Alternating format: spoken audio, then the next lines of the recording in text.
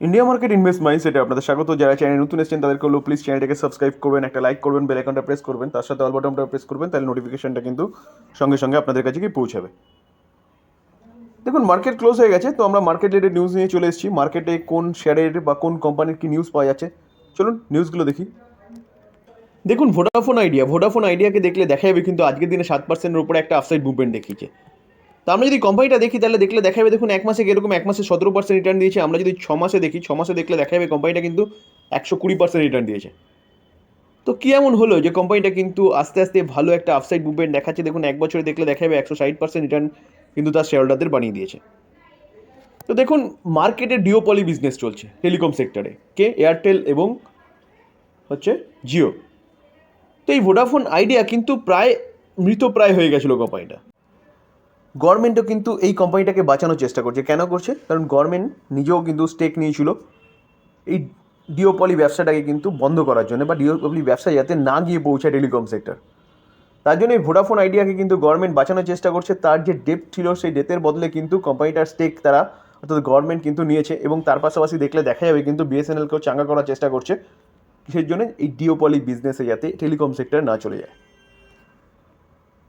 তো গভর্নমেন্ট থেকে একটা পজিটিভ থিঙ্কিং বা পজিটিভ দিক পাওয়ার পরে কিন্তু এই কোম্পানিটার যে প্রমোটার মালিকরাও কিন্তু কোম্পানিটাকে বাঁচানোর চেষ্টা করছে। তো তারই ফলস্বরূপ বলতে পারেন এক বছরে কিন্তু 160% রিটার্ন দিয়েছে। তো আজকে এতটা আপসাইড মুভমেন্ট দেখানোর পিছনে কারণ কি? আজকে এই 7.5%-এর উপরে আপসাইড মুভমেন্ট দেখানোর পিছনে কারণ হচ্ছে, আজকে বাড়ার পিছনে যদি কারণ বলেন তাহলে কিন্তু বোর্ড কিন্তু 27 তারিখে অর্থাৎ 27শে ফেব্রুয়ারি 2024 তারা একটা ডিসকাস করতে বসেছে কিসের জন্য? ফান্ড রাইজিংয়ের জন্যে। অর্থাৎ কোম্পানিটা কিন্তু ফান্ড রাইজের কথা বলছে তাদের 5G খুব তাড়াতাড়ি মার্কেটে নিয়ে আসার জন্য, অর্থাৎ কম্পিটিশনে টিকে থাকার জন্য। মূলত এই কারণেই কিন্তু আজকে 7%-এর উপরে একটা আপসাইড মুভমেন্ট করেছে হচ্ছে ভোডাফোন আইডিয়া। স্যার, এই ভোডাফোন আইডিয়া যেদিনকে আপসাইড মুভমেন্ট দেখায় সেদিনকে কিন্তু তার সাথে আরেকটা কোম্পানিও দেখায়। কোন কোম্পানিটা? Indus tower. দেখুন, ইন্ডাস টাওয়ারকে দেখলেও দেখা যাবে আজকের দিনে কিন্তু 7%-এর কাছাকাছি একটা আপসাইড মুভমেন্ট দেখিয়েছে। তাহলে ভোডাফোন আইডিয়া চললে এই কোম্পানিটাও কেন চলে? দেখুন, এই যে কোম্পানিটা, এই কোম্পানিটা হচ্ছে টাওয়ার সিস্টেমে কাজ করে। তো ভোডাফোন আইডিয়ার কাছে কিন্তু এই কোম্পানি প্রচুর টাকা পায়। সেই টাকাটা কিন্তু ভোডাফোন আইডিয়া দেয়নি, এবং এই কোম্পানিটা কিন্তু সেই টাকাটাকে তারা হচ্ছে নন পারফর্মিং অ্যাসেটে কিন্তু দেখিয়েছে। তো এখন যদি ভোডাফোন আইডিয়া জীবিত হয়, অর্থাৎ ভোডাফোন আইডিয়া যদি ভালো জায়গায় চলে আসে, তাহলে এই কোম্পানিটার কোথাও যেন একটা ব্যাপক অ্যামাউন্ট পাওয়ার একটা আশা জীবিত হয়ে ওঠে। তো যার জন্যে কিন্তু ভোডাফোন আইডিয়া আপসাইড মুভমেন্ট দেখালে এই কোম্পানিটা কিন্তু ভালো একটা আপসাইড মুভমেন্ট দেখাতে থাকে। দেখুন, আমরা যদি এক বছরের চার্ট দেখি, এই কোম্পানিটা 40% রিটার্ন দিয়েছে। ঠিক আছে, আমরা যদি 5 বছরের চার্ট দেখি, দেখুন 5 বছরের চার্ট দেখলে দেখা যাবে কোম্পানিটা কিন্তু যখন ভোডাফোন আইডিয়ার থেকে টাকা পাচ্ছিল না এবং এনপিএ হিসেবে কোম্পানিটা দেখিয়েছিল, তখন থেকে কিন্তু কন্টিনিউয়াসলি নিচে এসেছিলো। তো সেই জায়গায় দাঁড়িয়ে যার জন্য 5 বছরের চার্ট দেখলে দেখা যাবে কোম্পানিটা কিন্তু অনলি ফর 4% রিটার্ন দিয়েছে। ঠিক আছে, তো স্যার এই হচ্ছে ইন্ডাস টাওয়ার কোম্পানিটার আজকের দিনে আপসাইড মুভমেন্ট দেখানোর পিছনে কারণ। দেখুন, বেল ভারত ইলেকট্রনিক, এই কোম্পানিটা আজকের দিনে 5% আপসাইড মুভমেন্ট দেখিয়ে। দেখুন, প্রতিদিন বেসিস প্রায় বলতে গেলে এই কোম্পানিটা কিছু না কিছু কিন্তু অর্ডারের নিউজ পাওয়া যাচ্ছে। তো সেই অনুযায়ী কিন্তু কোম্পানিটা ভালো আপসাইড মুভমেন্টও দেখাচ্ছে। তো সেই জায়গায় দাঁড়িয়ে কিন্তু বিভিন্ন রেটিং এজেন্সি বিভিন্ন রকম কিন্তু আউট পারফরমেন্স এই কোম্পানিটা দিচ্ছে। আমি যদি এক বছর দেখি, দেখুন এক বছরের কোম্পানিটা 114% রিটার্ন দিচ্ছে। কারণ গভর্নমেন্ট মেক ইন ইন্ডিয়ার ওপর কাজ করছে, অর্থাৎ ডিফেন্স সেক্টরে গভর্নমেন্ট কিন্তু আত্মনির্ভর হতে চাইছে। তো তার জন্য একের পর এক অর্ডার কিন্তু এই কোম্পানিটার কাছে আসছে, আর এই কোম্পানিটা অর্ডার পাচ্ছে এবং ভালো পারফরমেন্স দেখাচ্ছে। আমি যদি কোম্পানিটার 5 বছর রিটার্ন দেখি, দেখুন 5 বছরে 622% রিটার্ন দিয়েছে। 2020 পর থেকে কিন্তু কোম্পানিটা আরও বেশি রকেটের মতন চলেছে। তো সেই জায়গায় দাঁড়িয়ে স্যার এই কোম্পানি লং টার্মের জন্য চিন্তাভাবনা করতে পারেন। দেখুন, ইকরা রেটিং এজেন্সি একটা, তারা কিন্তু বেলকে মেনটেন করছে কি স্টেবল আউটলুক। তারা কিন্তু মেনটেন করছে হচ্ছে কিসের জন্য? বেলের জন্য। তো স্বাভাবিকভাবেই স্যার ভালো কোম্পানি থাকলে সবসময় ভালো নিউজ পাবেন, এবং ভালো নিউজ পেলে কিন্তু ভালো একটা রিটার্নও কোম্পানিটার থেকে পাবেন। দেখুন, আমি এই কোম্পানি নিয়ে ফান্ডামেন্টাল বহুবার আলোচনা করেছি, আপনারা চাইলে আবারও করব। লং টার্মের জন্য কিন্তু একটা বেস্ট কোম্পানি ভারত ইলেকট্রনিক। দেখুন, জিও ফাইন্যান্সিয়াল সার্ভিস কোম্পানিটা রিলায়েন্স থেকে আলাদা হয়েছে।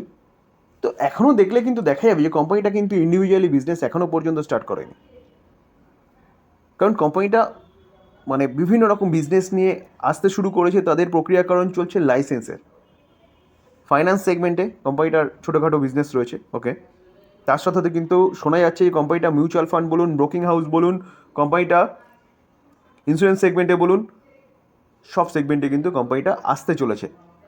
তো সেই জায়গায় দাঁড়িয়ে কিন্তু কোম্পানিটা এই জায়গায় থাকবে না। আর তাছাড়া যদি বলেন তাহলে কিন্তু কোম্পানিটা রিলায়েন্স গ্রুপের একটা কোম্পানি।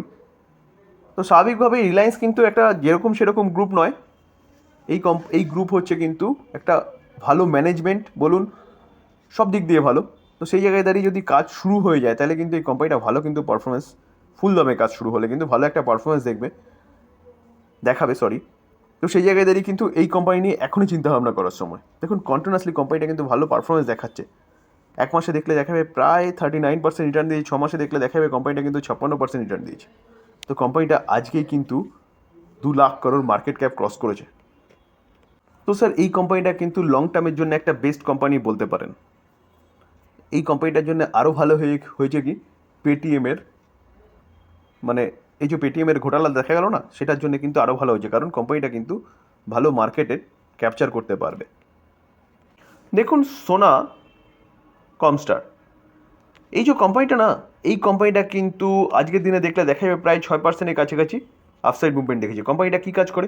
কোম্পানিটা কিন্তু অটো ইন্স্যুরেন্স সেগমেন্টে কাজ করে। দেখুন যদি আপনার মনে হয় যে ইলেকট্রিক ভেহিকেলস ভালো করবে, ভবিষ্যতে ইলেকট্রিক ভেহিকেলস ইন্ডিয়ার মধ্যে থাকবে, এবং আজকে কিন্তু আমরা সবাই জানি ইলেকট্রিক ভেহিকেলসের জাস্ট শুরু, আরও কিন্তু প্রচুর গাড়ি আসবে মার্কেটে, আস্তে আস্তে পেট্রোল ডিজেল বন্ধ হয়ে যাবে। তো সেই জায়গায় দাঁড়িয়ে এই যে কোম্পানিটা অটো এনসিলারি কোম্পানি, এই কোম্পানিটা কিন্তু বিজনেস ভালো করবে। তো আমরা যদি কোম্পানিটার দেখুন 1 মাসে রিটার্ন দেখলে দেখা যাবে 1 মাসে কীরকম রিটার্ন দিয়েছে, 1 মাসে 10% রিটার্ন দিয়েছে। আমরা যদি কোম্পানিটার 6 মাসে রিটার্ন দেখুন 6 মাসে দেখলেও 6 মাসে 10% রিটার্ন দিয়েছে। আমরা যদি কোম্পানিটার 1 বছরের চার্ট দেখি, 1 বছরের চার্ট দেখলে দেখা যাবে 40% রিটার্ন দিয়েছে।